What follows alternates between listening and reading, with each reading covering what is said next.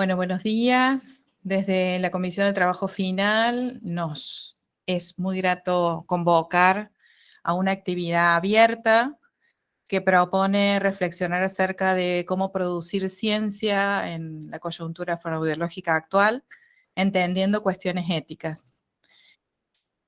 Habitualmente lo que nos ocurre en trabajo final es que hay una proximidad con el acceso a la información de un paciente o de una muestra, de una unidad muestral, que nos parece como orgánico utilizarlo porque lo recogimos nosotros, por ejemplo, en la calidad de fonoaudiólogos atendiendo al paciente.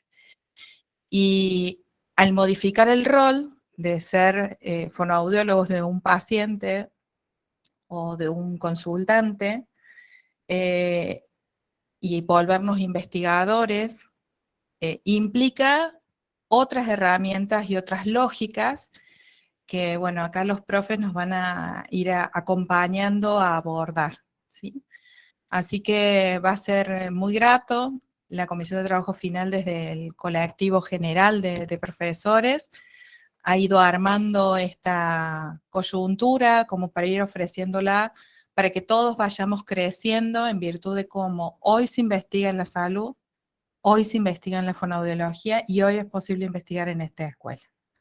Así que muchísimas gracias a los profesores que han armado este taller en particular, y no sé si alguien más quiere tomar la palabra para que vayamos dando inicio. Bien, bueno, esta primer parte del taller va a estar a cargo, la parte de ética, a cargo del doctor Jorge Muxi, nunca lo digo bien, son muchas consonantes para una fonoaudióloga que no quiere evitar de decir ninguna. Y la doctora Mariela Valentina Cortés. Así que les damos paso como para que comiencen a trabajar y a ofrecernos estas reflexiones para investigar en base a criterios éticos necesarios en las ciencias de la salud. ¿Qué tal? Buen día, ¿cómo están? Bueno, gracias por primeramente, ustedes saben, tengo carga anexa en la escuela, vengo de la escuela de la Facultad de Medicina. Es un placer trabajar con las profesoras en el trayecto final. También es un gran placer trabajar con los estudiantes que están ya por recibir sus títulos de licenciados o licenciadas. Pero hay un punto que a veces da cierto como comezón, digamos así, si me permiten esta palabra poco académica de alguna manera, y que tiene que ver con aspectos de la ética y particularmente con la parte de la legislación en ética de las investigaciones. El encuentro de hoy, ya vamos a empezar con la presentación, va a versar sobre algunos puntos muy generales, y sí les voy a pedir que vayan agendando preguntas que vamos a intentar darles respuesta, sobre todo en la segunda parte. Porque ya van a ver que la parte del día de hoy es eminentemente teórica. El próximo seminario va a ser eminentemente más práctico, en donde ahí los voy a querer más bien escuchar a ustedes acerca de sus necesidades frente a la cuestión de ética de las investigaciones, dudas que tienen, como todos las tenemos. A veces podemos salvarlas en un encuentro como el de hoy, a veces no, y debemos recurrir a los comités de éticas de la investigación. A ver, vamos a comenzar la presentación del día de hoy. Les voy a pedir que, claramente yo dejo de visualizarlos, les voy a pedir que cuando vean que estoy presentando... Perfecto, profe. Ahí ¿Sí? se ve bien, Jorge. Perfecto. Este es el primer encuentro, mi nombre es Jorge, soy profesor de la Facultad de Ciencias Médicas, que estoy, como les decía, haciendo carga anexa en la Escuela de Fonoaudiología. Cuando con el resto de los integrantes de este equipo pensamos estos encuentros, la gran pregunta era qué nombre darle a estos encuentros. Después de discutir, bien habida la discusión, se pensó en esto de seminario de fortalecimiento en aspectos éticos. ¿Por qué? Porque todos tenemos ya algún conocimiento, particularmente en este grupo de personas que están presentes en este seminario. Debe haber estudiantes, debe haber posiblemente futuros prontos licenciados, hay profesores que están dirigiendo, con lo cual todos tenemos algún bagaje de los aspectos éticos de la investigación. Particularmente en este caso, claramente es para fonoaudiología. Si bien van a ver que hay algunas diapositivas que fueron de alguna manera rediseñadas, porque la mayor parte de la ética de investigaciones procede del área médica. Claramente hay nuevas normas, que ya las vamos a mencionar, que habla de la biomedicina, con lo cual de esa manera tenemos una mirada mucho más abarcativa a lo que puede ser este proceso de investigación. Entonces, en este primer encuentro vamos a tratar, por eso que les puede resultar un poquito pesado, a decir verdad, pero desafortunadamente hay aspectos de la ética que hay que conocer y muchos de ellos vienen vinculados con aspectos de la legislación. Eso por ahí nos hace un poco pesada la cuestión a la hora de presentar, pero indefectiblemente al menos debemos conocer qué pasa con la legislación respecto a investigaciones en salud. La primera parte va a tratar de estos requisitos éticos que los impone de alguna manera este oncólogo. Elecciones UNC 2020. Que se conocen con el nombre de los requisitos éticos de Ezequiel Emanuel. Luego vamos a ver qué pasa con las guías y regulaciones éticas de las investigaciones en salud. Vamos a hacer comentarios respecto a la ley que tiene la provincia de Córdoba y de la cual toda persona que haga investigación no puede desconocerla, que es la ley 9694 del año 2009 y nuevas disposiciones. Y vamos a tratar de comprender en qué consiste toda esta cuestión del CERFIS, el COEIS y el CIEIS. Antes que nada vamos a tomar en cuenta esto que llamamos, o que llamamos persona humana. Todos nosotros, cuando hacemos investigación en salud, tratamos con seres humanos.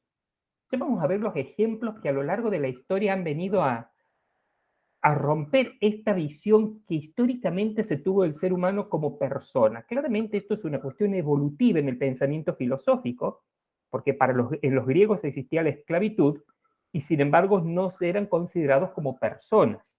Sin embargo, el concepto que hoy por hoy debemos saber, que independientemente yo vaya a trabajar con una historia clínica de un paciente, que ya no sería paciente, sino sería mi sujeto de investigación, o con el propio sujeto de investigación, hay algo que se conoce con el nombre del respeto por los probandos, que ya lo vamos a analizar, y que es el eje de esta clase. El respeto por todo sujeto de investigación, o inclusive por los datos que pertenecen a ese sujeto de investigación. Si después de la charla de hoy nos vamos con esa idea, estoy absolutamente satisfecho. Ahora bien, la palabra persona, ¿de dónde procede? Miren estos ejemplos que son máscaras griegas, precisamente viene de esto, ¿no? De personare, que significa resonar de la voz. Ustedes saben que los griegos, para poder ampliar su capacidad vocal o auditiva en el teatro, usaban máscaras con este propósito, ¿no? De amplificar la voz. Y de ahí viene la palabra persona. Cuando yo digo que persona viene de resonar la voz, éticamente tiene un gran significado. Es decir, es un tema que lo vamos a tratar en el segundo encuentro, que es el consentimiento informado. ¿Qué es el consentimiento informado? La gran pregunta ¿es algo meramente que nos protege de una cuestión legal? ¿O realmente el consentimiento informado es algo que tiene que ver con la ética, como un acto ético? Lo vamos a discutir en la clase que viene. Claramente Kant, el filósofo Kant, es el que nos dice que las características de una persona son la racionalidad, la moralidad, y aquí déjenme hacer una digresión hacia un aspecto ético que viene todo de la mano, ¿no? Hay autores que dicen que somos extraños morales. ¿Por qué decimos que somos extraños morales? Porque todos los que aquí estamos presentes en esta sala tenemos nuestra propia moralidad y sin embargo nos conocemos poco o no nos conocemos. Sin embargo, debemos respetar la moralidad del que tengo enfrente. Asociemos y vinculemos esto a la investigación. La libertad hacia una persona, la autonomía hacia una persona y claramente la independencia. Entonces eran las grandes características que se vieron que todo ser, para ser llamado persona, debe tener. Miren cómo la autonomía también es algo importante, ¿no? Sin embargo, en la historia de la ética de las investigaciones, aquí tenemos 3 claros ejemplos de cómo el ser humano ha podido violar o violentar principios que de alguna manera están o existían ya en el mundo de la investigación. Claramente sabemos de los experimentos nazis. Aquí tenemos el ejemplo de cuando se utilizaba la inmersión en agua fría para ver cuánto tiempo podía tolerar en el caso de que un aviador de la Segunda Guerra Mundial cayera en aguas heladas del Mar del Norte, cuánto podían soportar el permanecer inmersos en agua fría. Es uno de los experimentos que siempre en toda charla de bioética suele aparecer. Recordemos que la Alemania prenazi tenía uno de los sistemas de salud y de protección, inclusive a sujetos de investigación más avanzados. Sin embargo, el régimen nacional socialista tira por tierra toda esta cuestión de estos derechos que podían tener los que podían ser sujetos de investigación. Sin embargo, hablar simplemente de los experimentos nazis es casi como ser muy parciales. Presten atención los años estos. Año 1932, año 1972. 40 años que duró este experimento. ¿Los que están en la sala conocen a qué se hace referencia con el experimento Tuskegee? Es más que nada una pregunta. Pueden no saber y no pasa nada. Claro, Gente. no pasa nada, ¿eh? ¿Alguien conoce en qué consistió este experimento que realizó en Estados Unidos? ¿Perdón? Yo no lo conozco. No lo conozco Bien. tampoco. Es un experimento y miren los años que duró, ¿no? Al punto que hay una película que yo se las voy a recomendar que se llama los muchachos de la señorita Evers. Creo que ese es el apellido, Evers. Este estudio que se desarrolló en Estados Unidos, en este lugar, que era un hospital para individuos afroamericanos, consistió en analizar la historia natural de la sífilis. ¿En qué consistió este estudio? Inicia en el año 1932, en donde se reclutan a pacientes afroamericanos, que inicialmente el estudio iba a ser por 6 meses. Sin embargo, luego, tanto médicos y enfermeros afroamericanos como blancos, pero de alguna manera, podremos decir, cubiertos por el sistema de salud de Estados Unidos, siguen experimentando acerca de la historia natural de la sífilis. ¿Qué quiero decir con la historia natural? Se infectaban o se tomaban o reclutaban pacientes con esta enfermedad y se dejaba al individuo sin ningún tipo de tratamiento a lo largo de toda la historia natural, hasta que fallecían. La idea era saber qué se conocía o qué se podía conocer de nuevo de esta enfermedad. Sin embargo, en el año 1943, por una ley de Estados Unidos, se empieza a medicar contra la sífilis. Pasaron 30 años en donde estos sujetos empezaron siendo, si no me equivoco, 300 y sobrevivieron muy pocos al estudio, nunca recibieron el tratamiento que ya por ley existía en Estados Unidos. Este es el famoso caso Tuskegee, ¿sí? Violando absolutamente todas las normas éticas. Piensen que después de la Primera Guerra Mundial, ya lo vamos a mencionar, ya existía el Código de Nuremberg, y ya vamos a ver cuál es el dato fundamental del Código de Nuremberg. Entonces, pese a eso, se violentó absolutamente todo derecho de todo participante en una investigación. No era que no existían normativas, aún existiendo. Tuve oportunidad de leer una entrevista a una historiadora en donde a ella misma otros periodistas entrevistaron a ver, el que inició el estudio no es el mismo que terminó en el año 72, ¿no? Fueron pasando por diferentes médicos como investigadores principales de este estudio, y en un reportaje que se le hace a uno de ellos, le pregunta el periodista, le dice, ¿pero qué lo diferenció a usted de lo que aconteció en la Alemania nazi? Y según dice este artículo, con una mirada muy, entre comillas, tierna, este médico menciona mucho, porque los que eran nazis eran ellos. Es decir, él no se percibía como una persona que había violentado toda norma ética que ya existía en ese momento. Miren esta otra historia. Año 1956 se inicia el estudio y termina en el año 1970. Claramente aquí la palabra que va a unir estas dos situaciones es la vulnerabilidad. Existen grupos que son vulnerables. Aquí, afroamericanos. Hasta se le ofrecía tratamientos, en este caso, de Tuskegee, que se decía que era la última oportunidad de tratamiento. ¿Y cuál era el tratamiento? Punción lumbar, para ver si realmente tenían o no neurosífilis. Entonces, sumamente grave, ¿eh?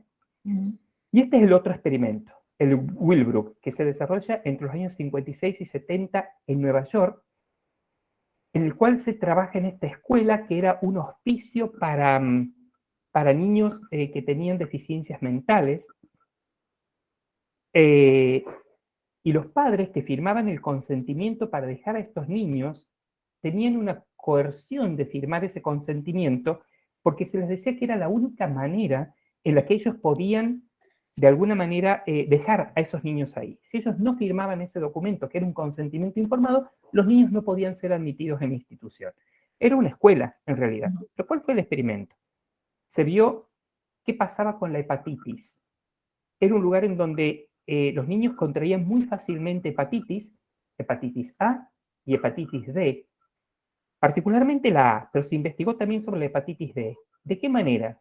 Inclusive se llegó, según los informes, a dar materia fecal de niños infectados a controles para ver cuál era el proceso que se generaba a nivel hepático en estos niños. Entonces, población absolutamente vulnerable por dos razones. Niños y además con trastornos mentales. Presten atención a los años, ¿no? 32 al 72, 56 al 70. Sin embargo, nos dice, ¿qué hace que una investigación, miren que aquí clínica la dejo pequeñita porque no siempre vamos a investigar en clínica, que involucra a sujetos humanos sea ética? Precisamente este es el trabajo de Ezequiel Emanuel, es un trabajo sumamente interesante, después se los voy a dejar claramente este trabajo, y miren, aquí aparece el código de Nuremberg, guía Sioms, con las pautas internacionales y el reporte Belmont. Esto que vamos a mencionar a partir de ahora intentan guiar el desarrollo y ejecución de protocolos y la revisión, y lo que no intenta es evaluar la ética de las acciones individuales de un investigador. Sin embargo, los 7 puntos que vamos a mencionar, vayan pensándolos para ver si sus proyectos de investigación los cumplen. Y si no, ver la forma en modificar aspectos para que estos empiecen a cumplir. Vamos a ver cuáles son estos, si les parece. Uno es el valor. A veces se confunde valor con validez científica de una investigación. El valor hace referencia a la importancia social y científica de la investigación, pero particularmente a la importancia social. ¿Por qué? Porque mi investigación, lo que debe propender mi investigación, es a promover mejoras en la salud, en el bienestar o en el conocimiento de la población. La pregunta es, pero a ver, volvamos particularmente a los estudiantes que cursaron metodología. Pero si esto ya está hecho en el mundo, ¿yo lo puedo realizar en mi grupo de estudio? Y la respuesta sería un sí, mientras que, por ejemplo, en Córdoba, Argentina, ese estudio no esté realizado con la población de interés. ¿Tiene valor social? Claro que lo tiene, porque lo estoy aplicando a mi grupo social. Voy a generar un nuevo conocimiento y hasta posiblemente, de acuerdo al tipo de estudio, claramente, puedo generar mejoras en la salud. Cuidado con investigaciones, esto viene de la mano de lo que les dije anteriormente, sin un valor científico ni social, porque podemos empezar a duplicar. ¿Qué tiene que ver esto con la metodología? Hay que hacer una búsqueda muy exhaustiva de la bibliografía para tratar de saber si lo que yo estoy pensando, al menos en mi lugar, en mi país o en mi comunidad o en mi ciudad, ya no está realizado. ¿Por qué es importante esto? Porque muchas veces las investigaciones vienen con subsidios del Estado, no siempre es la industria farmacéutica, a veces vienen con subsidios, por ejemplo, de la universidad, de la Secretaría de Ciencia y Técnica de la universidad. Y esos recursos son limitados, hay que tener muy en cuenta eso, y cada individuo de la sociedad está aportando para que el investigador realice un determinado trabajo. Entonces, el valor hace referencia a lo social. Validez científica, y esto viene de la mano con la asignatura, si es que algunos la cursaron, de método. Mi trabajo tiene que ser válido científicamente. Para eso yo tengo que plantear una metodología adecuada, porque de nada sirve que el trabajo tenga un gran interés social cuando metodológicamente no es adecuado. ¿Qué quiero decir metodológicamente no es adecuado?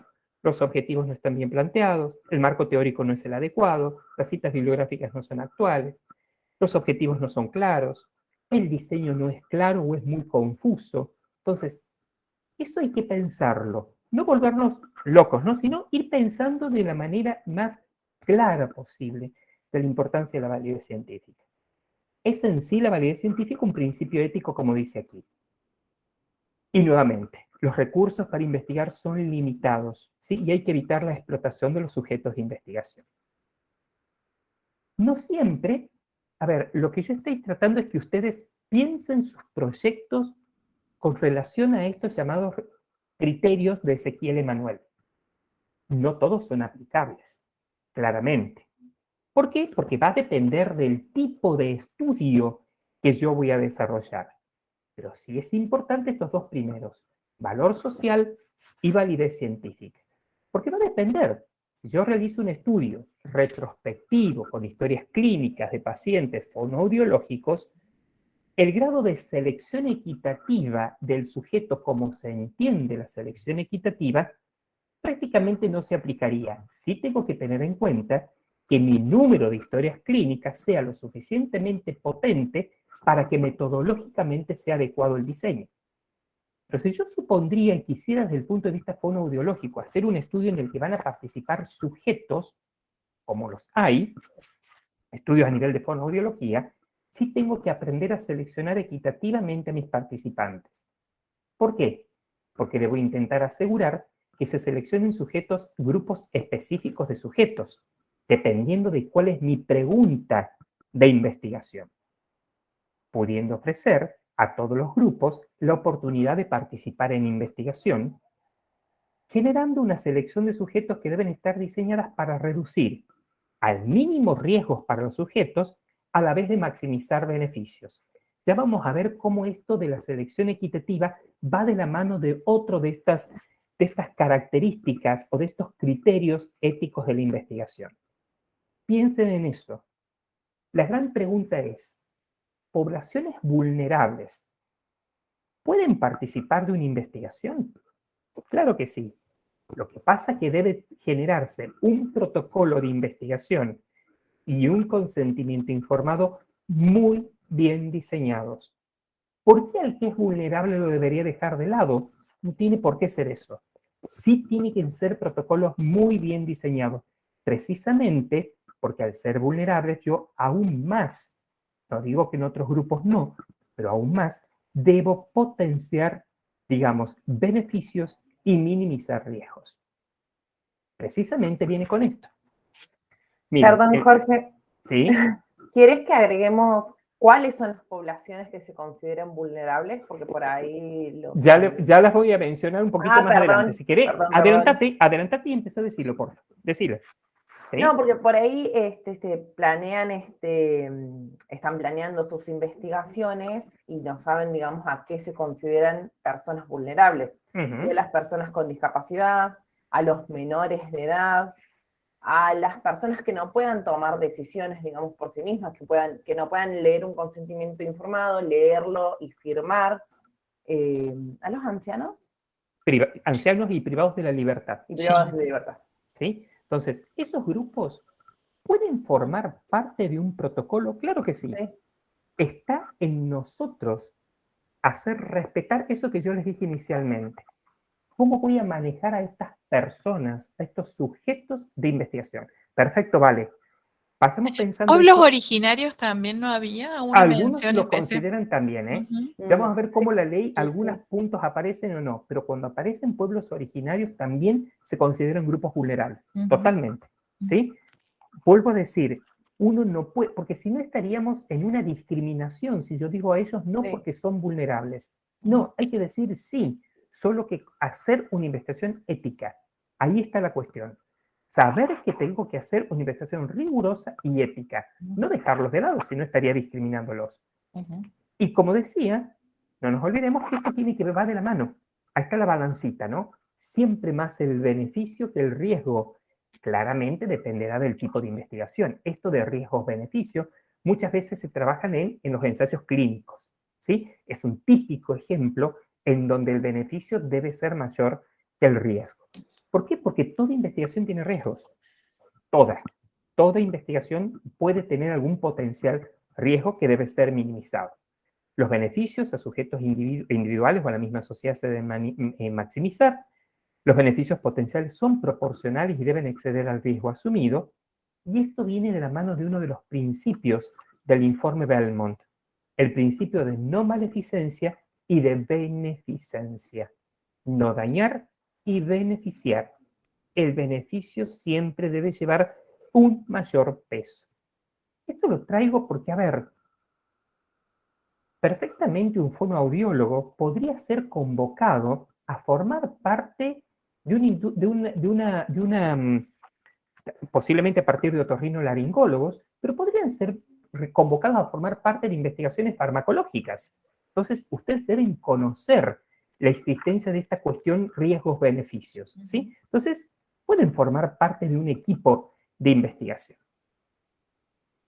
Aquí viene, todo investigador, todos los que aquí estamos en esta sala, tenemos potenciales conflictos de interés. Todos. Algunos tienen que ver con la cuestión académica. ¿A quién no le va a gustar tener un paper si estamos en la academia? ¿A quién no le va a gustar tener un recurso humano formado si estamos en la academia?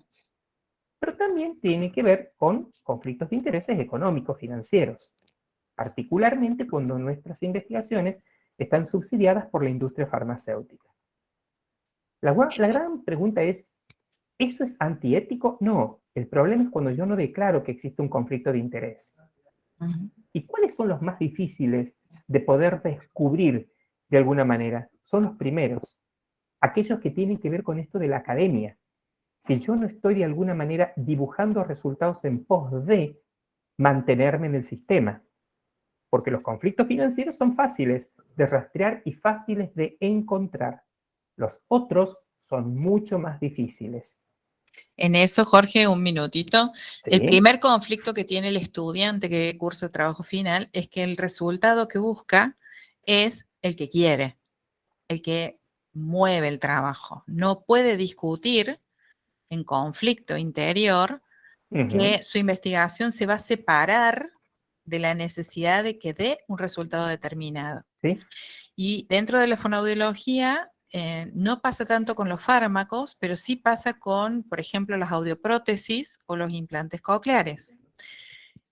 Hay una necesidad de que la ayuda tecnológica que se está proveyendo conduzca a determinados logros comunicacionales en general, que hace de que tenga un peso fuerte en que dé de una manera determinada.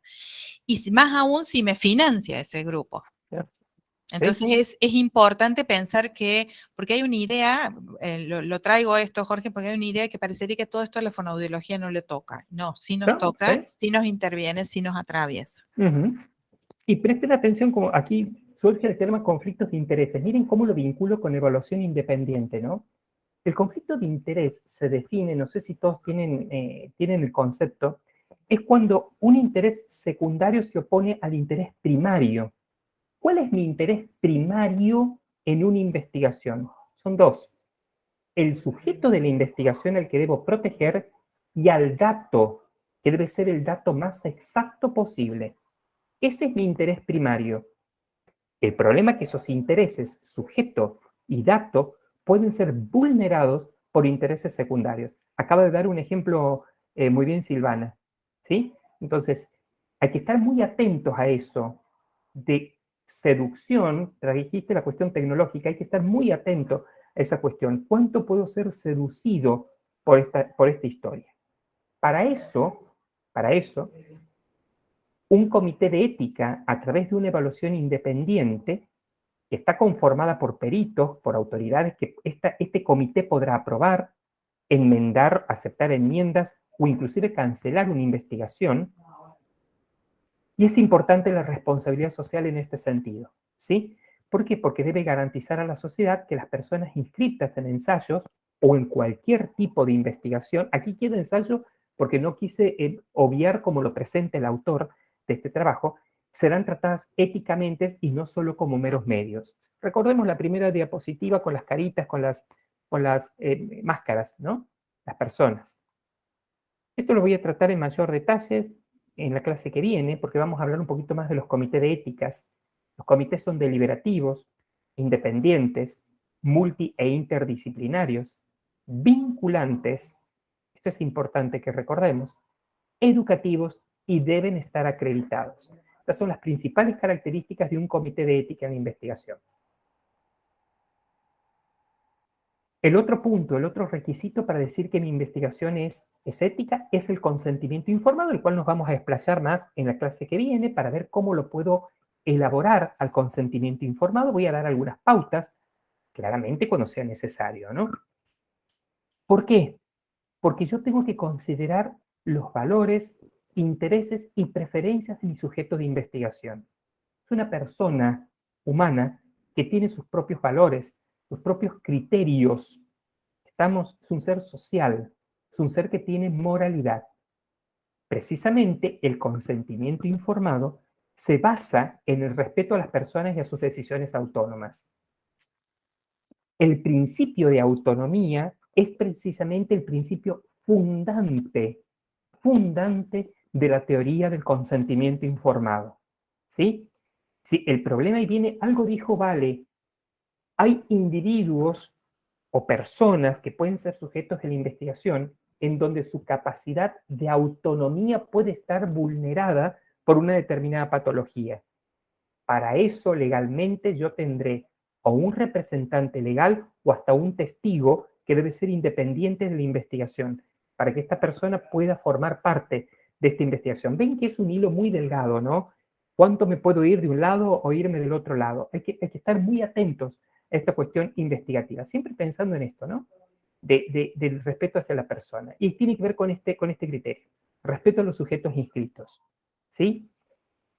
Permitir que el sujeto cambie de opinión, el sujeto en un determinado momento del protocolo, y eso por eso yo no me tengo que sentir, mira, se me fue un sujeto de investigación, y porque es su derecho, y yo se lo debo respetar.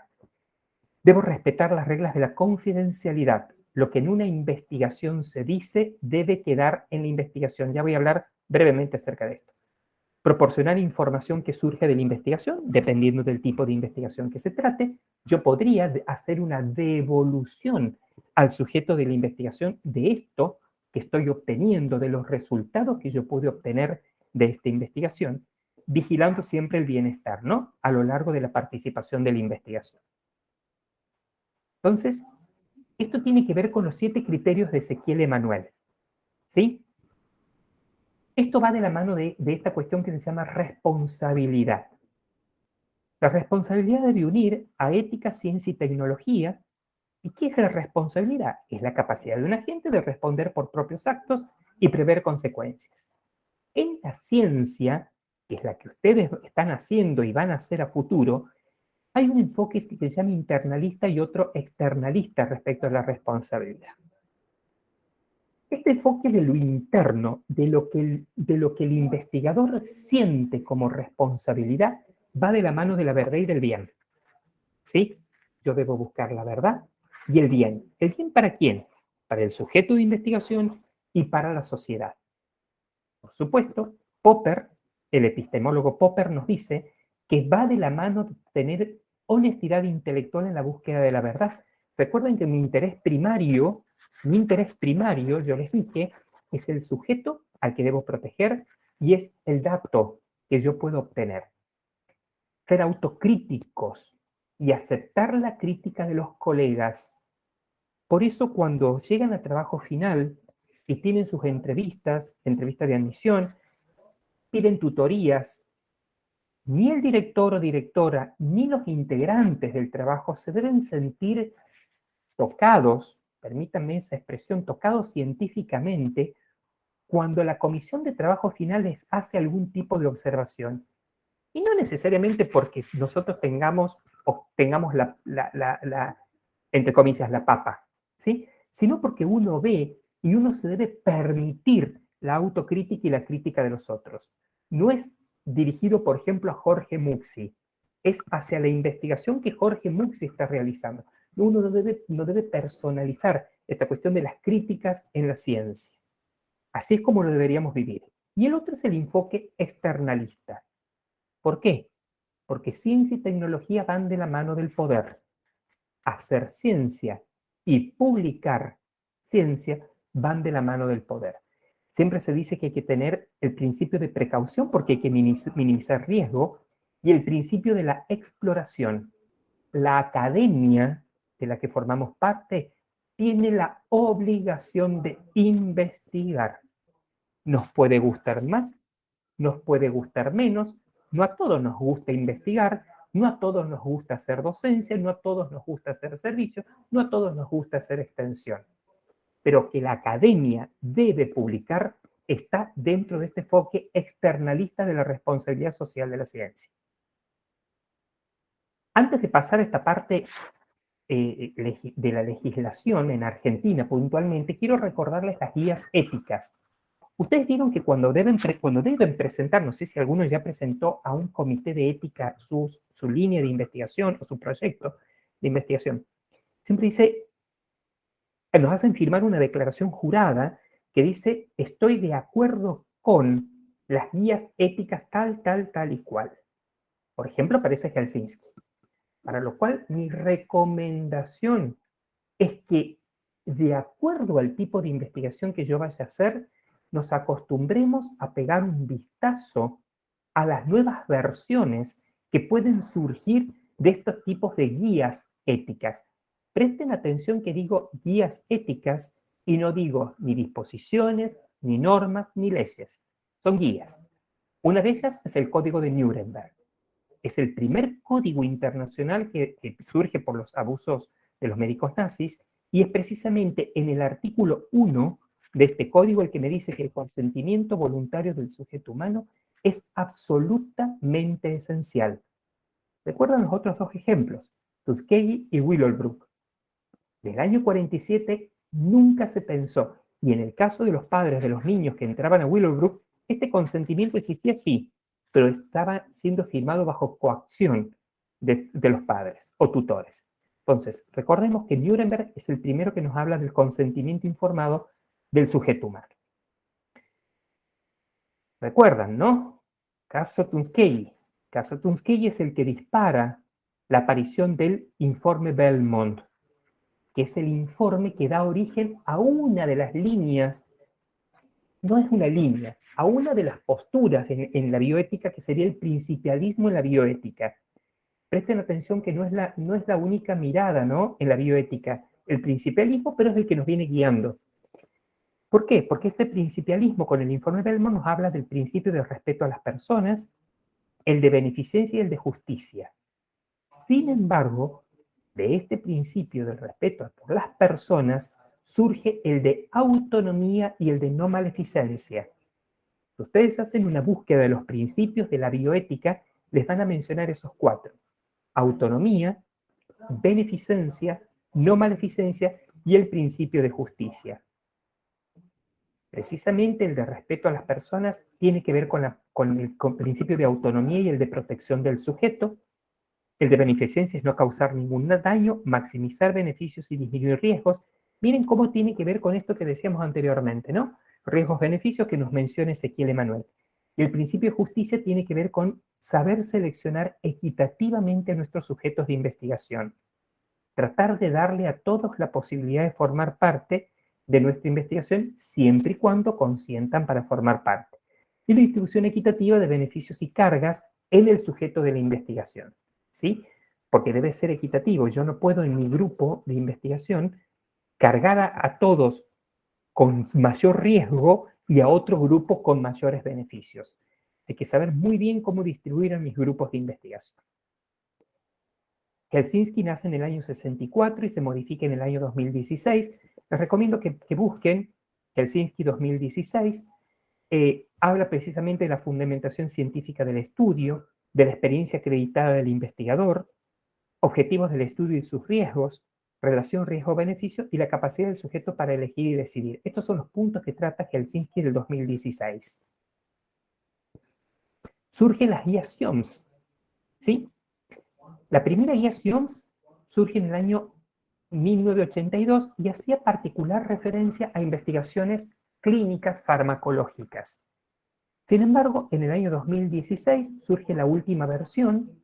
En esta versión nos dan lineamientos. Miren cómo sale de la investigación farmacológica y nos da pautas, porque SIOMS habla de pautas numeradas, pero son pautas de cómo manejarnos en una investigación.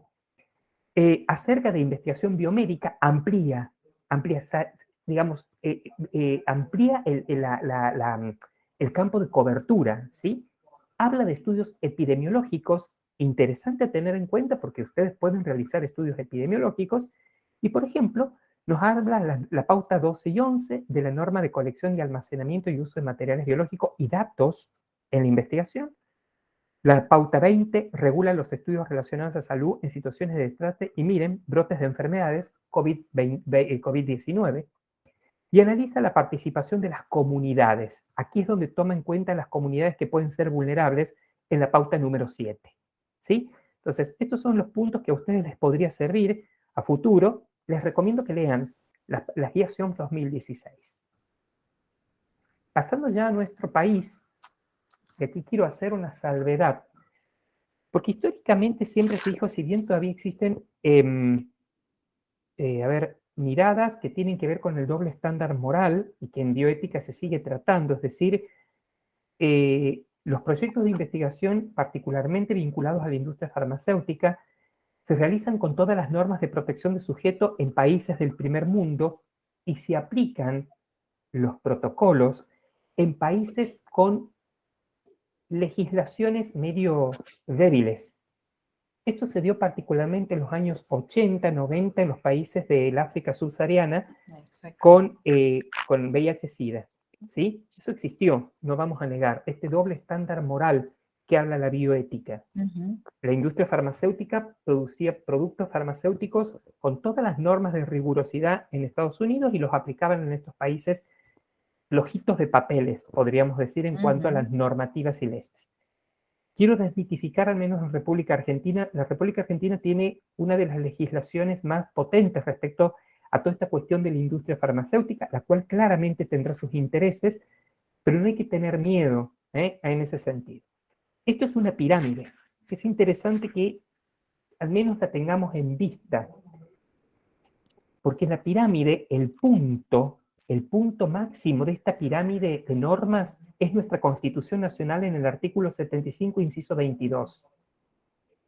Y luego existen en la parte más baja disposiciones, regulaciones nacionales y provinciales, decretos, leyes y tratados internacionales.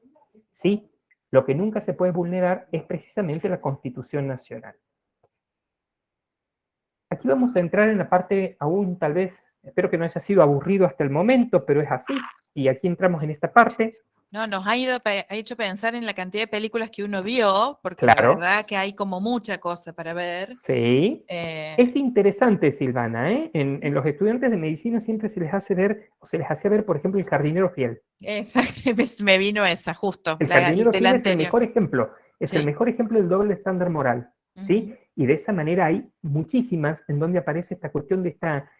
si el cine, si el arte ha podido llevar a mostrar estos conflictos que hay en la investigación, y voy a ampliar, investigación biomédica, así nos abarca a todos.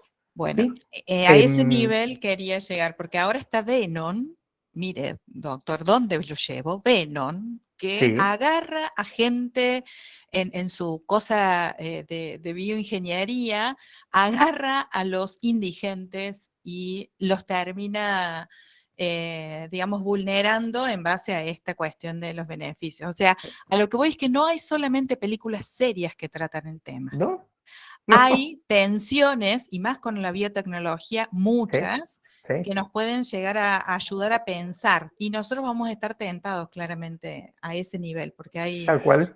muchas Sí. ayudas tecnológicas que no cuentan con la rigurosidad legal para ser gestadas. Por ejemplo, qué sé yo, por ejemplo, hacer tejidos sintéticos para Sí. reemplazar piel, Sí. hacer medicamentos sintéticos para Ujú. prótesis de reemplazo, Sí. por ejemplo, de una vértebra, etcétera. Ahí la Caro Sí. levantó la mano, profe. Claro. Jorge, yo quería hacer una consulta, a ver si me quedó la duda, como estoy escuchando esto tan interesante. ¿Viste las células ELA que tuvieron todo este problema ético? Sí. ¿Cómo resolvieron eso? La verdad es que no lo sé. Vos sabés que yo en mi tesis de maestría en bioética traté el tema de la... El tema de tesis mía de maestría era el conflicto entre la industria farmacéutica y los médicos. ¿Sí? Ujú. Y dentro de eso también hice algunas preguntas que tienen que ver con la investigación básica. Porque en la investigación básica nosotros tenemos tendencia a usar, tal vez no todos lo conozcan, por ejemplo, células en cultivo. Las células HeLa, no sé si todos lo saben, proceden de un cáncer de útero de una mujer, si no me equivoco, era afroamericana, que era Sí, Henrietta Lack. ¿Sí? sí. La gran pregunta es si a esa mujer nunca pudo encontrar, dice todo un rastreo, se le haya pedido autorización para perpetuarla. Pero miren al nivel casi filosófico que me estoy metiendo, ¿no? Perpetuarla en vida y que todos los investigadores hicieron uso de esto. Claro, Hay porque una uno las usa, declaración, pero no lo... Pero hay viste una que... declaración que es la Sí. declaración de Tapei, ¿sí? Esa declaración, que aquí no la puse, la debería haber puesto, precisamente es la que nos habla de cómo nos debemos aprender a manejar éticamente con los biobancos. Ujú. Los biobancos, para que todos, para acordar, digamos, conceptos, son lugares de reservas de células y tejidos. Claramente yo para poder reservar un tejido o una célula de un tumor o lo que fuera de una persona, debo pedir su consentimiento. Entonces, esta declaración de Taipei viene a poner de alguna manera algo de luz a esta cuestión de los biobancos. Y viene con esta historia, parte de esta historia que estás mencionando vos, ¿sí? Claro. Qué manipulación se hizo, pese que ahora todo el mundo habla, sí, utilizo células GILA, Sí, células las GILA, usas, células sí. GILA. ¿Qué vino? ¿Qué hubo detrás de esa historia?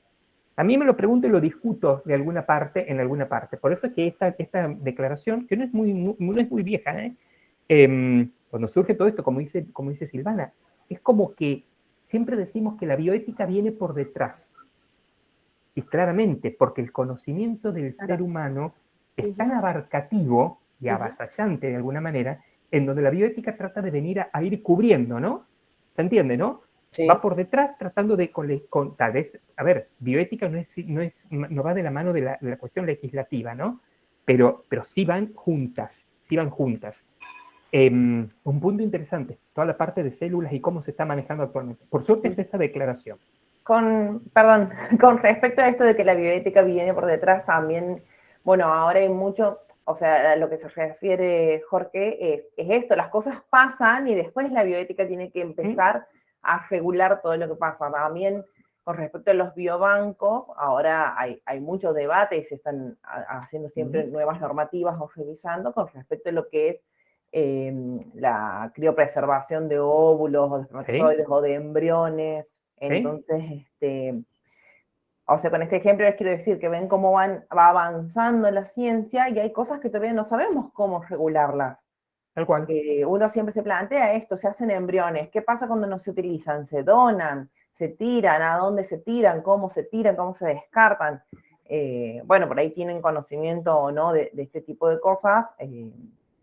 que también cuando vos vas a preservar, por ejemplo, tus óvulos o embriones, te hacen firmar toda una serie de decisiones que pasan, incluso si la misma mujer que está haciendo esto fallece, alguien queda como guardián de esos embriones y toma las decisiones. Bueno, es todo va avanzando también tan rápido de lo que nosotros podemos ir discutiendo y generándose nuevas normativas y nuevas decisiones que tomar.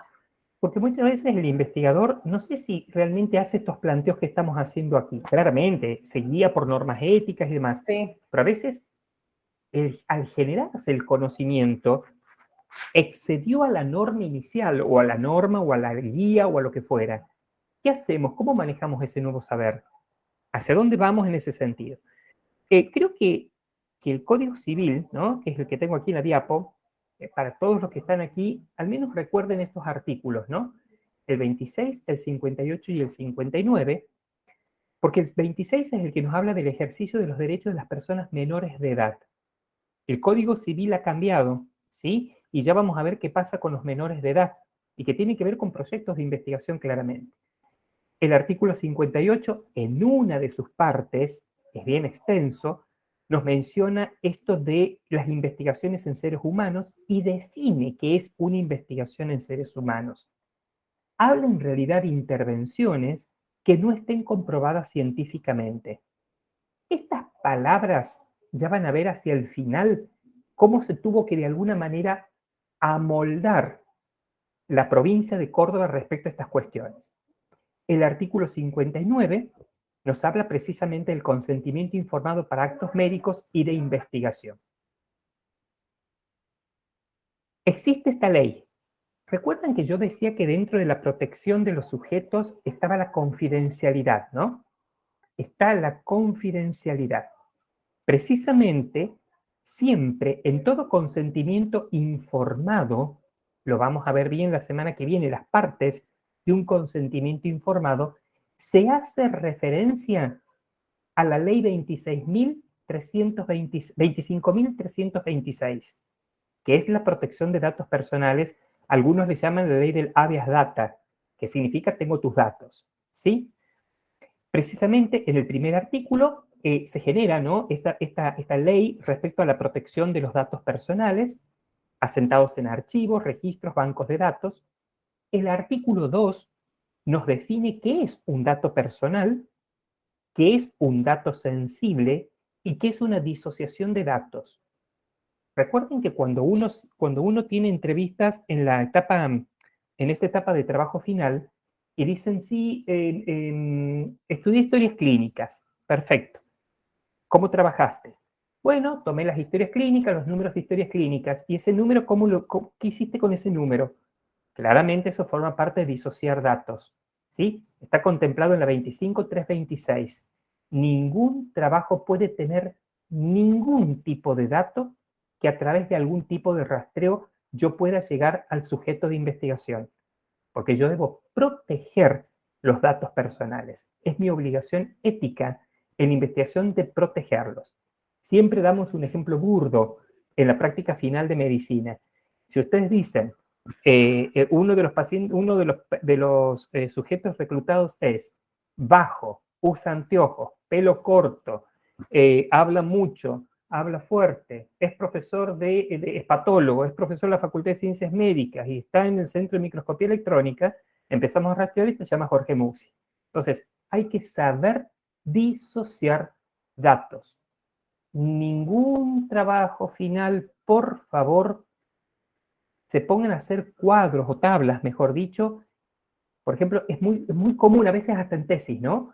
Hacen como anexos tablas en donde, en vez de enumerar las historias clínicas, identifican con los números de historias clínicas. Parece de perogrullo lo que estoy diciendo, pero al día de hoy todavía se ven. Ojo con la 25.326. Y el artículo 5 se menciona que el tratamiento de datos personales es ilícito cuando el titular no hubiera presentado su consentimiento libre, expreso e informado. Claramente, no cuando estoy trabajando de manera retrospectiva con historias clínicas, porque allí es impracticable el consentimiento informado. Pero si yo voy a hacer una entrevista a un sujeto y demás, cosa que es totalmente válida, En el consentimiento debe constar. Y no será necesario el consentimiento cuando los datos se obtengan de fuentes de acceso públicos y restrictos, por ejemplo, grandes páginas como del Ministerio de Salud, etc. Recuerden la 25.326. En La Nación, el Ministerio de Salud en el año 2011 saca esta resolución, la 1480, que son precisamente el artículo 1, habla de las guías para investigaciones en seres humanos. Y en el anexo está todo muy bien detallado. Esto va a formar parte, creo que es un material que les vamos a entregar en algún momento, al menos para que lo tengan, para que sepan que existen, ante cualquier duda recurran a ellas, porque esta resolución toca temas éticos y operativos. Éticos respecto a cómo justificar una investigación, qué se entiende por evaluación ética, qué se entiende por consentimiento informado y qué confidencialidad. Ojo, esta diapositiva está adaptada a los puntos que podrían ser de mayor interés para ustedes, porque hay otros puntos, ¿no? Y en los aspectos operativos, cómo elaborar el consentimiento, que habla de los comités de éticas de investigación y acerca del registro y supervisión de los comités de investigación. ¿Sí? Hay aspectos éticos y aspectos operativos. Vamos a entrar en nuestra ley, la ley de la provincia de Córdoba. Yo siempre le digo a mis alumnos que cuando salgan de la Facultad de Ciencias Médicas, si alguno va, no sé, a Jujuy, Salta, Tucumán, Santiago, donde fuera, Buenos Aires, y decide hacer investigación, o es convocado para una investigación, antes que nada, recordemos estos criterios éticos y empecemos a buscar qué hay en la legislación del lugar a donde yo estoy llegando. Recordando que en la cúspide está la Constitución Nacional, ¿no? ¿Qué disposiciones hay? ¿Qué normativas hay? ¿Qué leyes hay? Córdoba dispone de una, que es la 9694, que también los voy a invitar a leerla. Porque a través de esta ley del año 2009, por primera vez Córdoba crea a través de esta ley este sistema de evaluación, registro y fiscalización de las investigaciones en salud que se conoce con el nombre de CERFIS. Dentro de este CERFIS están el Consejo, la Unidad de Evaluación y los Comités de Éticas de la Investigación. Una unidad de registro que se llama el REPIS. Más de algunos les debe dar dolor de panza cuando hablamos del REPIS, porque inclusive es un documento que hay que completar dependiendo del tipo de investigación. Y existe una unidad de fiscalización y comisión de fiscalización que lo que hace es evaluar a los comités de éticas, supervisar comités de éticas. Estas son las características del Consejo. El Consejo, ¿dónde está? ¿Cuál es la sede física? El Hospital Misericordia, ¿sí? Pero les voy anticipando, al Consejo solo tienen acceso los secretarios de los comités de éticas en investigaciones en salud y los coordinadores. Ningún investigador va a tomar, salvo que sea convocado por el Consejo, no puede pedir entrevistas con los integrantes del Consejo. Precisamente es la autoridad que aplica la ley, la 9694, depende del Ministerio de Salud, es el que va a acreditar y va a fiscalizar a los comités e institucionales de investigaciones en salud. Lo podemos rastrear aquí, en esta extensión. Aplica sanciones a los comités y a los investigadores, registra las investigaciones en salud, y bueno, ya les voy a mencionar esta historia de la doble evaluación que tanto dolor de cabeza ha generado por un tiempo. Decíamos que también se conforman o se comienza a legislar sobre los comités institucionales de éticas en salud. Estos comités tienen a cargo la evaluación, aprobación y seguimiento. No nos olvidemos de esta palabra.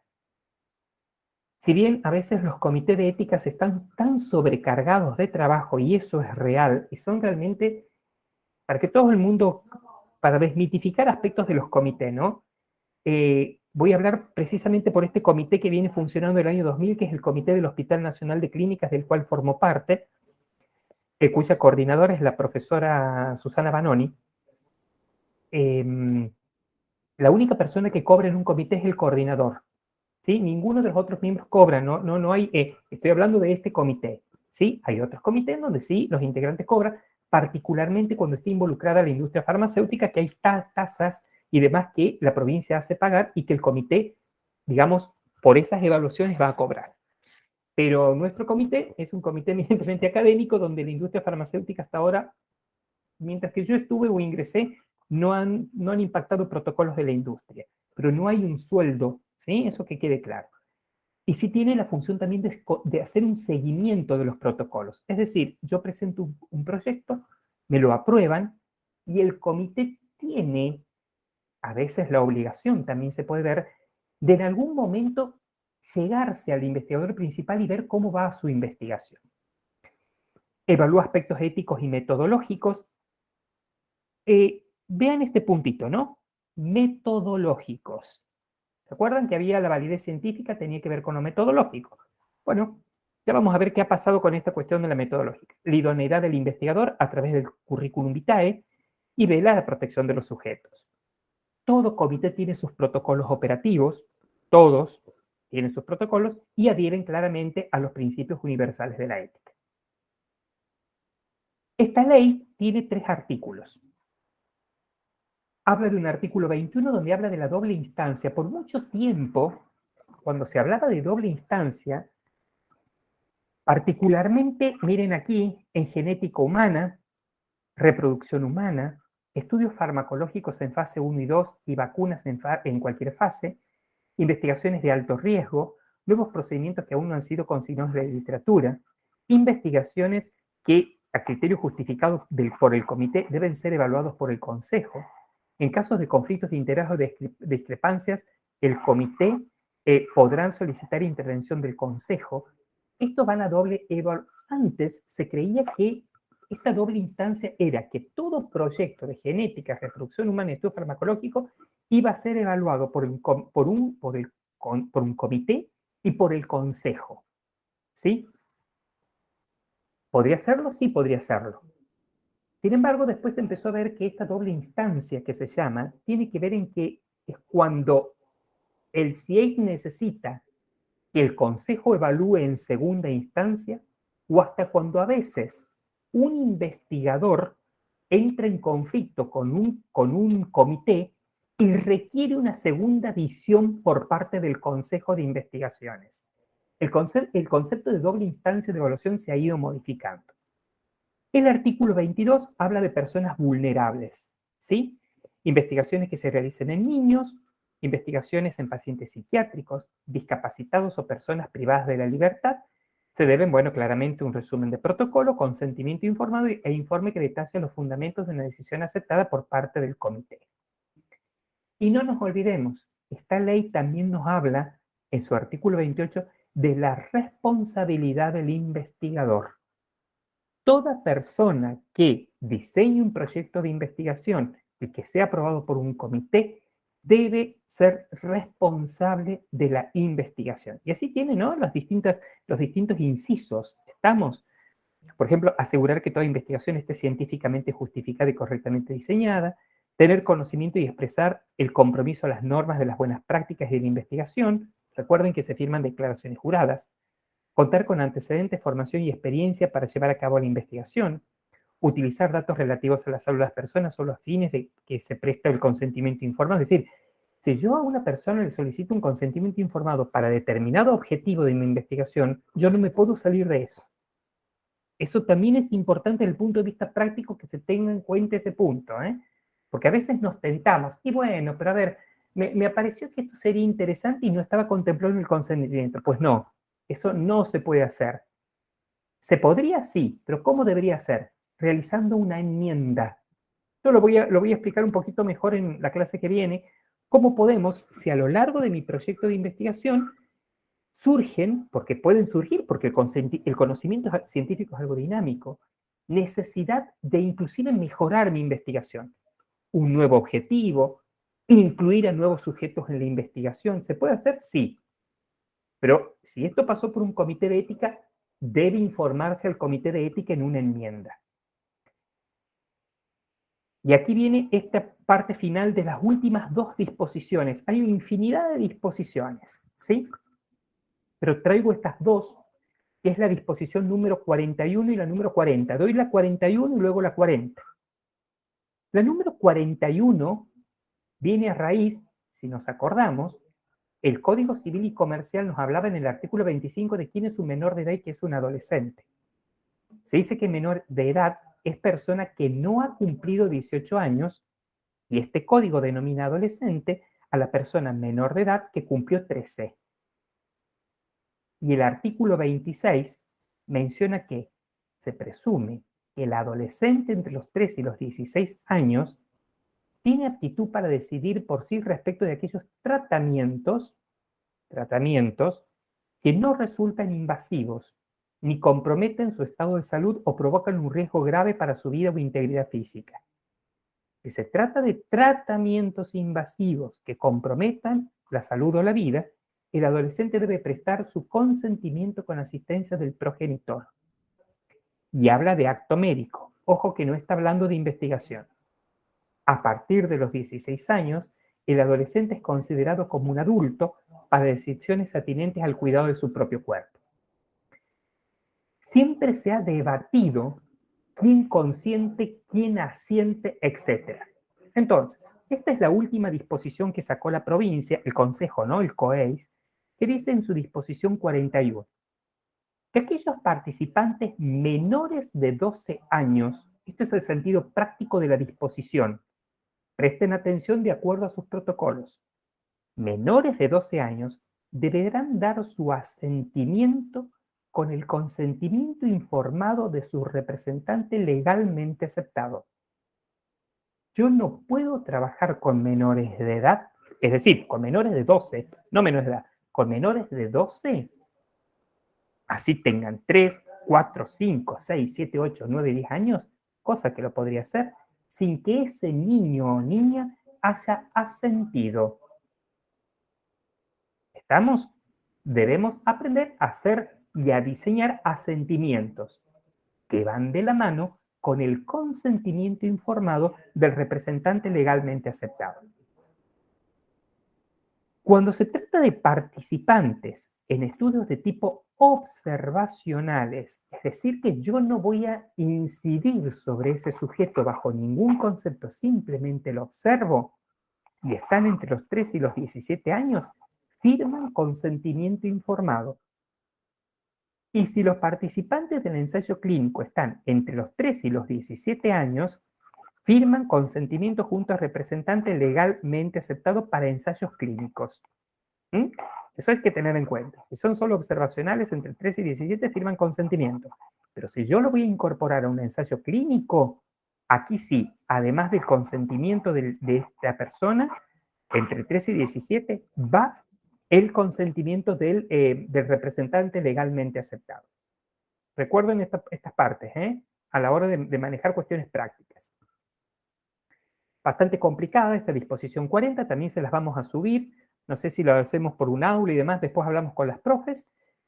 Hay que ver la disposición 40 que me dice, es la última que salió, que me dice que aquellas que se llaman investigaciones reguladas, las que tienen que ver con la industria farmacéutica son reguladas, ¿sí?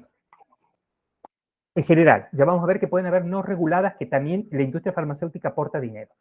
Pero las investigaciones reguladas deben ser evaluadas y aprobadas por un CIEIS, refrendadas y evaluadas por el Consejo y registradas en este REPIS. El artículo 2 dice que las investigaciones no reguladas que reciban patrocinios de la industria deben ser evaluados por un CIEIS y registrados en el REPIS. Vamos a esta parte que nos interesa de sobremanera. El artículo 3. Investigaciones no reguladas, es decir, la industria farmacéutica no forman parte, que no estén en el artículo 2, que son aquellas que tienen patrocinios de la industria, deben ser evaluadas en sus aspectos éticos por un comité acreditado. El investigador debe presentar al comité interviniente, vean este punto, aprobación de sus aspectos metodológicos expedidos por un ente institucional al que pertenezca el investigador principal cuando su centro cuente con este componente al respecto. Si tuviéramos un consejo académico, un comité de capacitación y docencia, etc.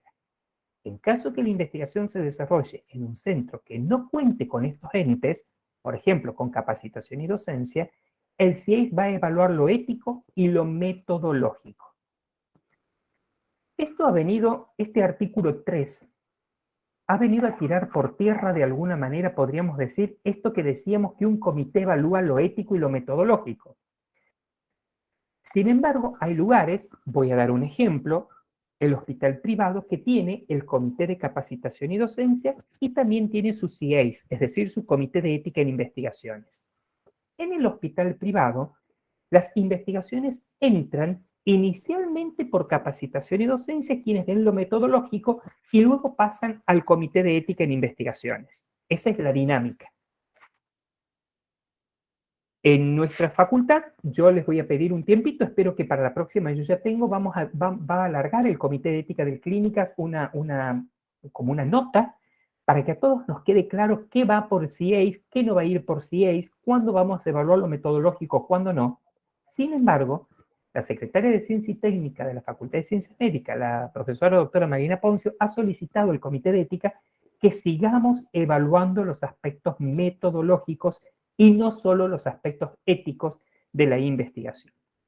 El artículo 5 quedan excluidas de la aplicación de ese sistema de evaluación, que es el CERFIS, investigaciones de carácter retrospectivos, así como también prospectivas que no involucren participación actual de seres humanos. En el caso de investigaciones sobre muestras biológicas humanas almacenadas en banco se debe ver qué legislación nacional es la vigente, y los estudios observacionales llevados a cabo por o en conformidad con autoridades sanitarias, tales como vigilancias de brotes, infecciones intrahospitalarias, registros de enfermedades o efectos adversos de medicamentos y evaluaciones de impacto en programas sanitarios que tengan que ver con prácticas sanitarias y epidemiológicas, no entrarían por el CERFIS. ¿Dónde viene el problema? Ustedes dicen, bueno, son puros problemas. Es que siempre existen excepciones. Cuando uno intenta publicar un artículo científico, las más de las veces las revistas nos solicitan aprobación por un comité de ética. Y más de una vez al Hospital Nacional de Clínicas nos han llegado, porque hicieron todo el trabajo, nunca pasó por el comité de ética y directamente nos llegan con la publicación.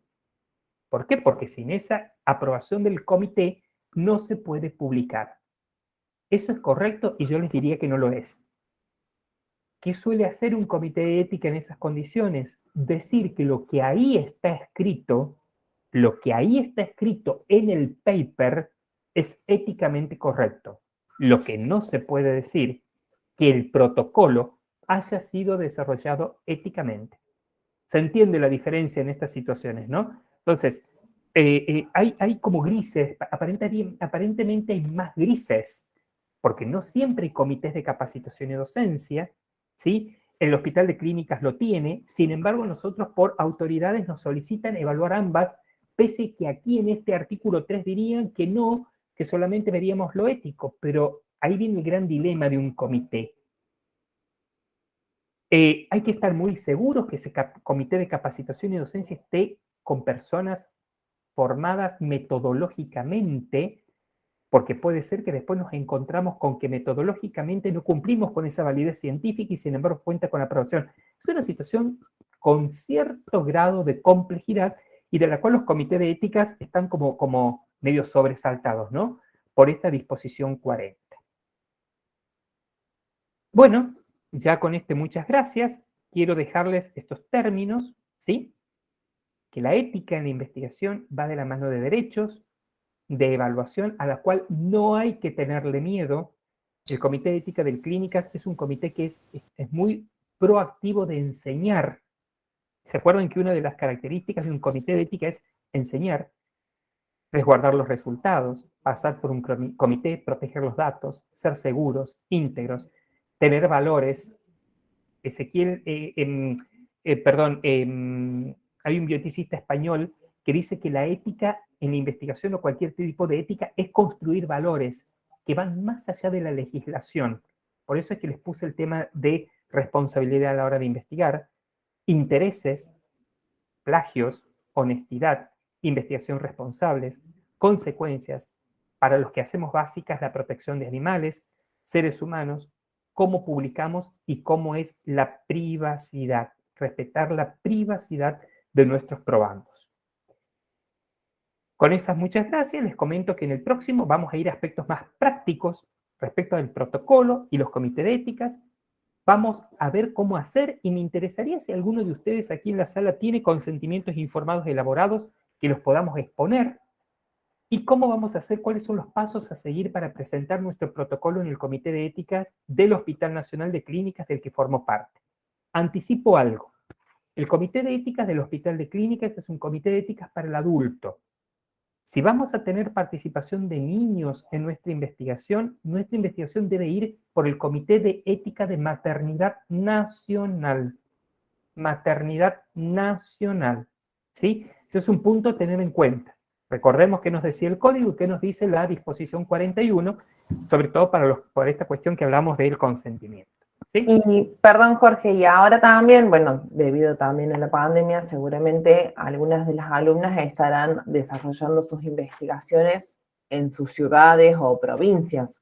Ahí también tienen que ver a cuál Sí. comité de ética tienen que presentar ustedes. Sí. Nosotros, por supuesto, hemos presentado de Córdoba porque es donde está la universidad, donde está la carrera, donde está el comité que a nosotros nos compete. Sí. Pero bueno, debido a la situación y que por ahí también la instancia de trabajo final les permite volver a sus lugares de donde son, digamos, tienen que ver a dónde se va a desarrollar, cuáles son sus sujetos de estudio y qué comité les corresponde presentar.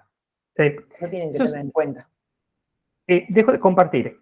Sí. Eso es un problema que, porque no toda provincia tiene sus comités, ¿no? Entonces, No, es un problema que hay que estar muy atento, y en cualquier situación les pido, por favor, que nos contacten, que contacten al comité del Hospital de Clínicas, comenten esta situación, que siempre de alguna manera un tipo de asesoría van a tener, ¿sí? Sí. En ese sentido. Sobre todo eviten, digamos, por estas poblaciones que llamamos vulnerables, ¿no? Intentemos al menos evitar esas poblaciones vulnerables, si es posible hacerlo. Porque, digamos, pueblos originarios también lo son, como creo Silvana fue la que sacó el tema ese. Silvana. Entonces, hay que ser muy cautos en ese sentido, muy cautos. Bueno, espero que haya sido de utilidad tener un pantallazo, digamos, de esta historieta que tiene que ver con la ética. Y tiene que ver mucho en parte con la legislación, ¿no? Hay que saber que existe, que tenemos una legislación potente, y vamos a ver qué pasa con el segundo encuentro. Ahí lo vamos a tratar de hacer más participativo, ¿sí? Bueno, igual quieres abrirle espacio si alguien tiene alguna pregunta. Sí, por ahora, supuesto. o no ¿sí? pueden hablar. Por supuesto. Si quieren aportar algo, algún comentario. ¿Cómo van desarrollando sus o alguna protocolos? pregunta, ahora las invitamos no sé si hay varones también como alumnos, pero en fonoaudiología, como en nutrición de donde vengo, hablamos más en femenino. Las invito a, no sé, a encender cámara, micrófonos, y si tienen alguna duda o compartir alguna experiencia, bueno, este es el momento.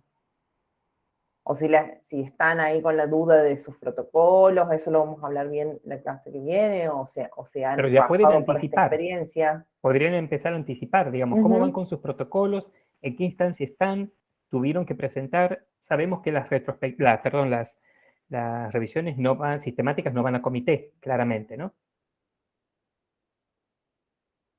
Creo que también por ahí surge la duda, hay que dar la palabra, de por qué se pide, por ahí las alumnas, como alumnas quienes hacerse responsables de presentar las cosas al comité, y tal vez a partir de esta clase también queda un poquito más claro por qué son ya personas que tengan algún título de grado o investigadoras. En general se está solicitando que sea el director, que se presente como investigador principal, ¿no? Ese es un concepto que es importante que sepan, ¿no? Sí. Las responsabilidades del investigador, del que se llama investigador principal, ¿sí? Es interesante y sí, se está solicitando que sean directores, porque además a veces la comunicación puede ser un poco más fluida de alguna manera, ¿no? Como siempre se dice, en la viña del Señor hay de todo.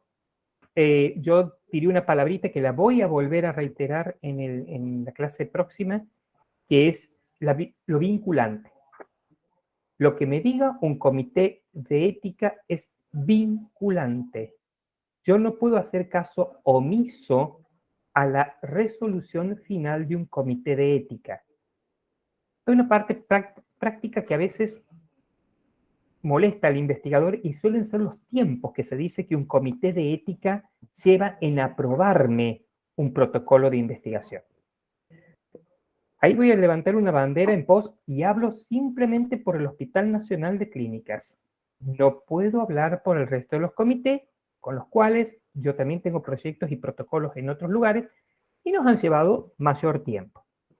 En general, para que todos tengan en claro esto, si vamos a presentar el protocolo de investigación al comité de ética, quien se reúne los segundos jueves de cada mes, segundo jueves, hablo en general, ¿no? Segundo jueves de cada mes, tengan en cuenta que todos los papeles y el protocolo deben presentarse hasta con 10 días de anticipación a la reunión del comité. ¿Sí? ¿Para qué? Para permitir al integrante del comité evaluar con tiempo el protocolo, evaluar el currículum vitae del investigador principal y evaluar, en caso de que así sea necesario, el consentimiento informado. Y la mayoría de las veces tenemos por costumbre en el comité de clínicas contactar al investigador principal e ir solicitándole cambios en su protocolo, en su consentimiento informado. Estamos, ¿para qué? Para que el día en que se reúne el comité, el que presenta, supongamos a mí me toca evaluar un proyecto XX, ya presente casi la versión final del proyecto. ¿Qué quiero decir con esto? ¿Por qué? Porque si yo dejara pasar esos 10 días y presento tal cual como me llega, que pueden ser perfecto y ahí no habría ningún problema, pero si se detectaron falencias en los documentos iniciales, y si yo lo presento con esas falencias, que ya sabemos cuáles pueden ser, ¿qué va a pasar? Pasamos recién al otro mes. ¿Se entiende? Claro. ¿Se entiende cuál es la dinámica de trabajo del comité? Y eso es una dinámica que lo impuso la doctora Banoni, y es una dinámica que es casi, no voy a hacer una cuestión de credo, pero es casi el Padre Nuestro, ¿sí? Entonces, nos manejamos de esa manera. Y siempre, al menos de mi parte, y creo que de todos los integrantes, vamos contactando con anterioridad al investigador principal, para que el día de la presentación digamos, bueno, inclusive, salvo, pero cuidado, el día en que se presente el proyecto, yo puedo haber visto cosas, haberse modificado, pero el día de la presentación, otro integrante del comité vea otras falencias. Está claro eso, ¿no? En ese momento, en el acta se deja constancia que el investigador deberá volver a modificar tal y cual. ¿Se entiende cómo es la dinámica de trabajo? ¿Sí?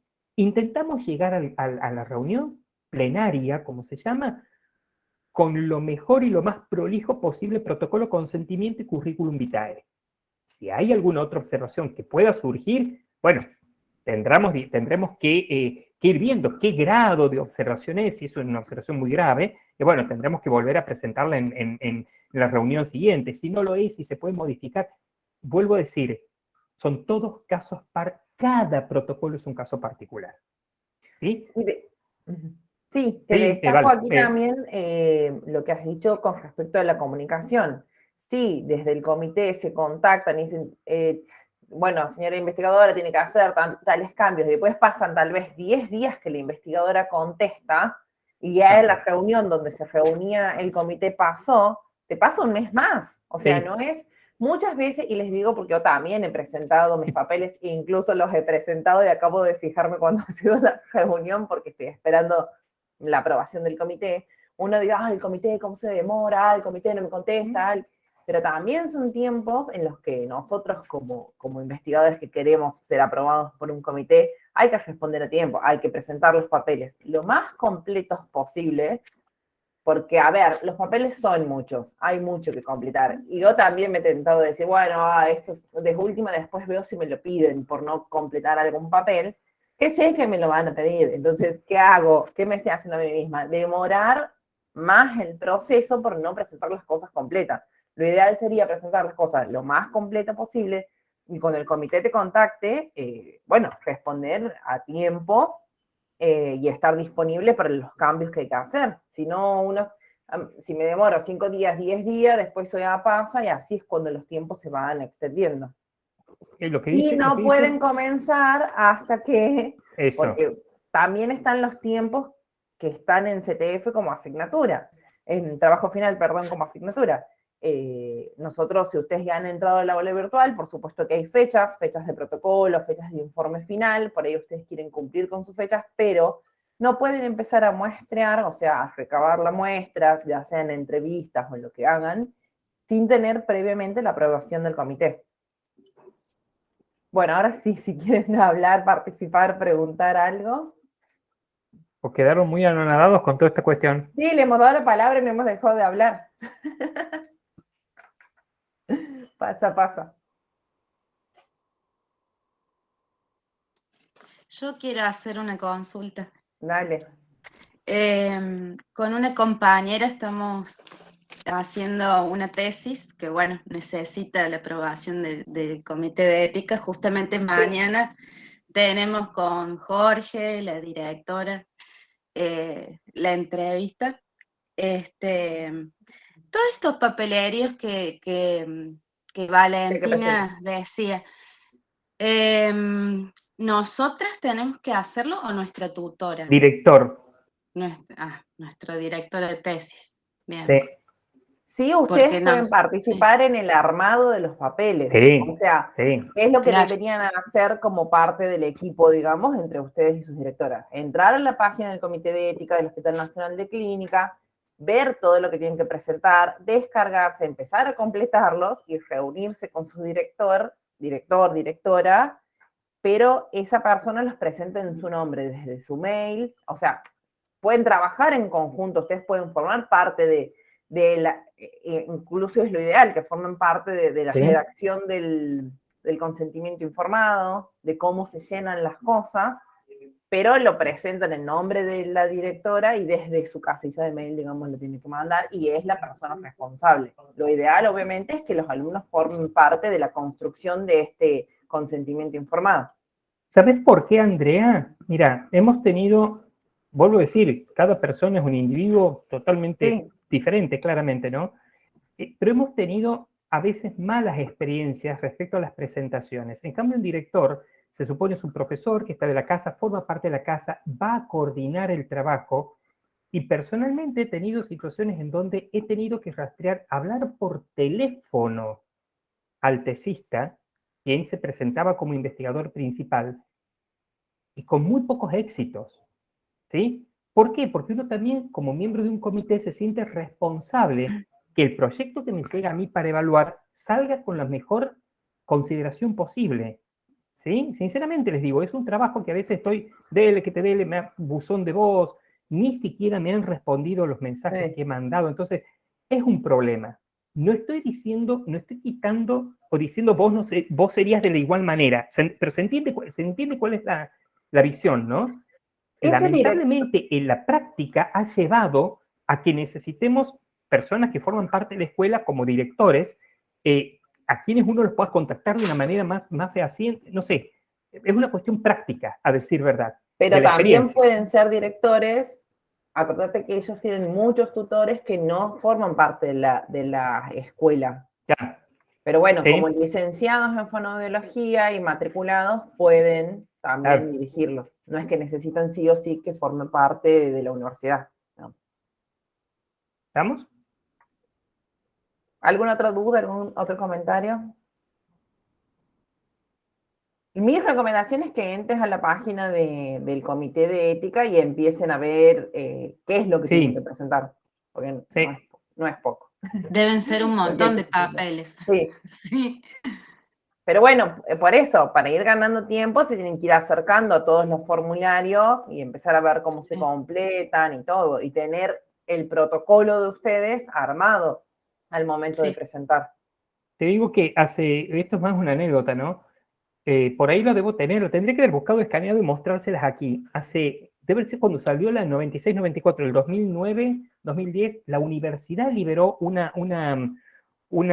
no sé si la resolución, disposición, algo, no me acuerdo muy bien. Y cuando me llegó a las manos yo decía, ¿de qué me están hablando?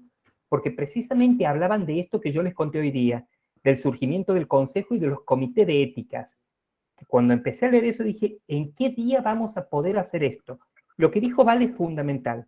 Mantengan un orden en tiempos, porque todo bien el comité, pero también depende en gran parte del investigador, ¿no? ¿Cuánto el investigador quiere estar comprometido o comprometida con su investigación? ¿Sí? ¿Qué grado de compromiso voy a tener yo? Y particularmente, si bien nosotros le solicitamos que sea un profesor o el director el que esté como investigador principal, el mayor interés tiene aquí es precisamente el que se quiere licenciar. Sí, Entonces, lo que dice, vale, son ustedes las que tienen, o ustedes, los que tienen que tener el motorcito sí. de buscar a su director y de pedirle al director, ayudarlo al director a completar estos papeles. Cuando tengan alguna duda, preguntan, mandan un mail y demás. Entonces, esa es la dinámica que tienen que tener. Y no tengan miedo al comité, el comité no los va a comer. ¿Eh? Sí, son Igual. muchos papeles, pero muchos están prearmados. Claro. O sea, las notas ya están armadas y ustedes Sí. tienen que completar con el título de su investigación, con algunos detalles que te dice ahí en negrita, completar con el título de tu investigación, completar con tal cosa. O sea, es como, lleva tiempo, pero no es imposible de hacer. Ya van a ver que existen distintos tipos. Si quieren entrar, pueden entrar y comenzar a ver. Tienen los modelos, inclusive los consentimientos. Sí, De acuerdo al tipo de estudio que van a hacer, ya tienen los modelos disponibles. sí, Se sí. tienen Sí. que tener en consideración, y nos ha pasado, que nos han llegado modelos en donde dice, vale, que debían completar, no tacharon lo que decía, quedaba completar. Pongamos, Claro. en vez de donde decía completar con el título, agregaron el título, pero dejaron completar con el título. No, es una total improlijidad, digamos, pero bueno, son Claro, cuestiones que las esas vamos... son cosas que el alumno las puede ir haciendo. Claro, sí. Y después reunirse con el director y hacerlo. Claro. Porque, como dices vos, el motor lo tiene uno. Lo tiene que tener, en este caso, para sus tesis, es el tesista. ¿Sí? Sí. El que está en trabajo final es el que tiene que tener el motor. El director, como se dice, es una guía. Lo que me tiene interés queda aquí es el... Sí, vale. la duda a mí es si la persona, el investigador responsable, aparte de ser, por ejemplo, una persona que tenga un título de grado, ¿tiene que estar matriculado? Me surge a mí la duda Eso el fue en caso un de los momento, ya no biólogos. estaría. Por ejemplo, los biólogos Silvana, que sí no te tienen pedía, ¿no? colegio. Sí, sí, exactamente, sí, porque hay una limitante con algunos investigadores que no están colegiados o matriculados y eso Claro. genera una limitante. No obstante, me parece pertinente que, digamos, se inicie el trámite, Claro. digamos, que el no venga después. Si hay un Sí. proceso construido, si hay un trámite iniciado, me parece pertinente que sea el comité el que definitivamente diga, bueno, no, el investigador principal de esta investigación no cuenta con, y por tanto sería conveniente que, me parece. Sí. Me parece que es más importante sustanciar los procesos, más aún con la historia de nuestra escuela, ¿no? Me parece, o el momento. Sí, igual en el caso de fonoaudiología me parece que todas las personas que pueden dirigir, que no son docentes en la casa, que trabajan en la clínica, tienen matrícula, o sea, están Sí, colegiadas. sí, pero puedo llegar a tener, Todo puede sí, pasar, sí. puedo llegar a buscar un físico que me ayude Sí, en mi sí, investigación seguro. y Un la gente de biólogo. FAMAF no Sí. está matriculada, entonces me parece Sí, que a sí. nivel de tensión administrativa me parece pertinente llevar adelante el trámite más que no hacerlo. Exactamente, Sí. o invalidarlo antes. Ujú.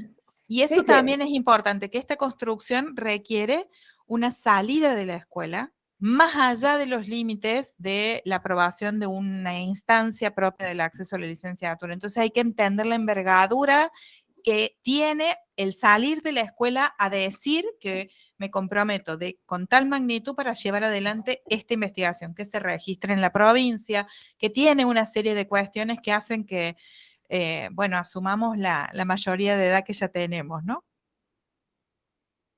¿Alguien tiene una duda más o algún comentario que quiera hacer?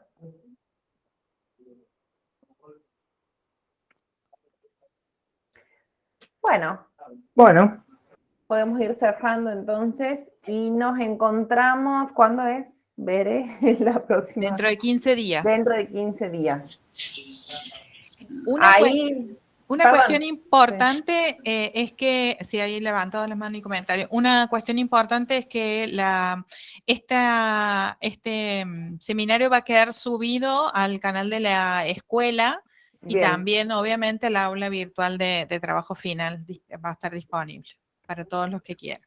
Bien, bien. Es importante que si, como la clase que viene va a ser más práctica, tengan a mano tal vez, ahora leo tu consulta, tengan a mano tal vez sus protocolos o la idea de cómo son sus investigaciones, sus dudas, para que puedan hablar un poquito más. Sí, ¿quién levanta la mano? Ah, María Eugenia Luca. ¿Quieres hablar? Porque por ahí tocan la mano. Sí. No, sí. Bueno, buenos días. Bueno, primero que nada agradecerles mucho la organización de esta propuesta, Mariana, que me ha parecido súper interesante y un placer escucharlos. Jorge, no te había Gracias, escuchado nunca y me encantó. Gracias. Valentina también, muy generosos los aportes.